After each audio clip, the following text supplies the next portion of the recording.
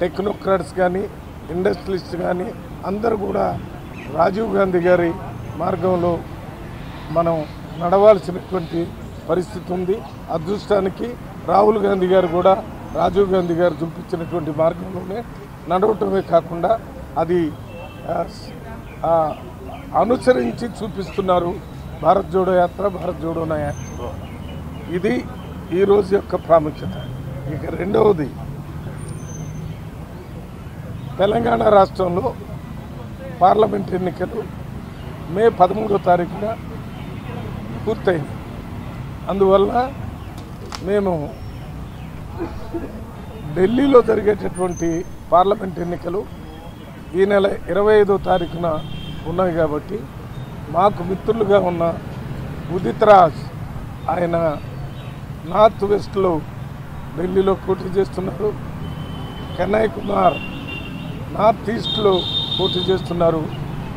వారిద్దరి కొరకు కాంగ్రెస్ పార్టీ తరఫున తెలుగు వారిని ప్రభావితం చేసి కాంగ్రెస్ పార్టీకి ఓటు వేయాలని, ఇతర ఢిల్లీలో పోటీ చేసేటటువంటి ఎంపీ అభ్యర్థులకి ఆప్ అభ్యర్థులకు ఓటు వేయాలని రిక్వెస్ట్ చేయడానికి నిన్న సాయంత్రం ఢిల్లీ రావటం జరిగింది.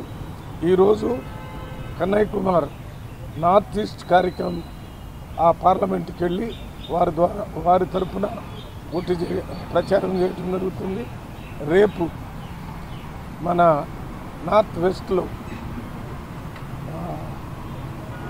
ఉదిత్ రాజ్ గారు రోడ్ షో కూడా కార్యక్రమాన్ని ఏర్పాటు చేశాడు. ఆ కార్యక్రమాన్ని కూడా అటెండ్ అవటం జరుగుతుంది. ఇది నేను చేసేటటువంటి ప్రచార కార్యక్రమం. దీనికి తోడు ఢిల్లీలో ఉన్నటువంటి తెలుగు మాట్లాడే వాళ్ళందరికీ నా విజ్ఞప్తి ఏంటంటే, భారతదేశంలో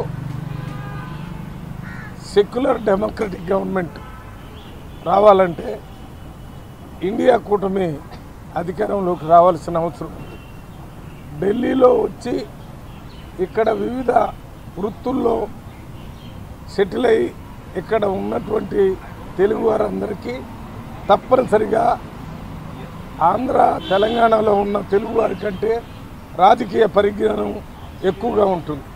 ఎందుకంటే నేను ఇంతకుముందు 2004 నుంచి 2008 వరకు మొన్న మధ్యన తెలంగాణ రాష్ట్రానికి special representative government of Andhra Pradesh Telangana కూడా పనిచేశాను. ఆ టైంలో ఈ తెలుగు అసోసియేషన్స్ అన్నిటితో నాకు సంబంధం ఉంది. అందువల్ల ఢిల్లీలో ఇంత దూరంగా వచ్చి బ్రతుకుతున్నటువంటి తెలుగు వారంతా కూడా భారతదేశంలో స్వేచ్ఛ స్వతంత్రాలతో కూడిన సెక్యులర్ డెమోక్రటిక్ గవర్నమెంట్ రావాలంటే అది ఇండియా కూటమి, అది కాంగ్రెస్ పార్టీ అభ్యర్థులుగా ఉన్న మన ఉదిత్ రాజ్ గారికి, అదే రకంగా కన్నయ్యలాల్ గారికి, ఇంకా ఆప్ తరపున పోటీ చేస్తున్నటువంటి ఇతర ఎంపీలకు కూడా కాంగ్రెస్ పార్టీ తరఫున ఓటు వేయాలని నా హృదయపూర్వకంగా మిమ్మల్ని ప్రార్థిస్తూ విజ్ఞప్తి చేస్తున్నాం.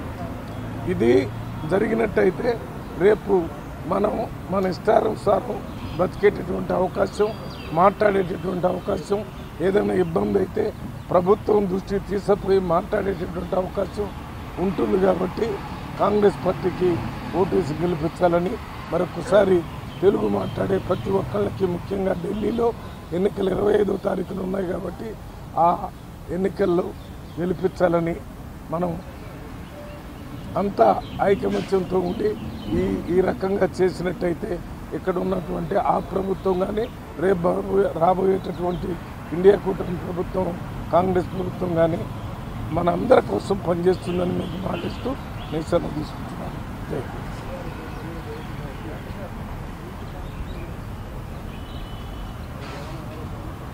మీడియా మిత్రులందరికీ కూడా విజ్ఞప్తి, మీకు ఓటు హక్కు ఉంటే మీరు కూడా కాంగ్రెస్ పార్టీకి ఓటేసి ప్రజాస్వామ్యాన్ని రక్షించాలని కోరుతున్నాను.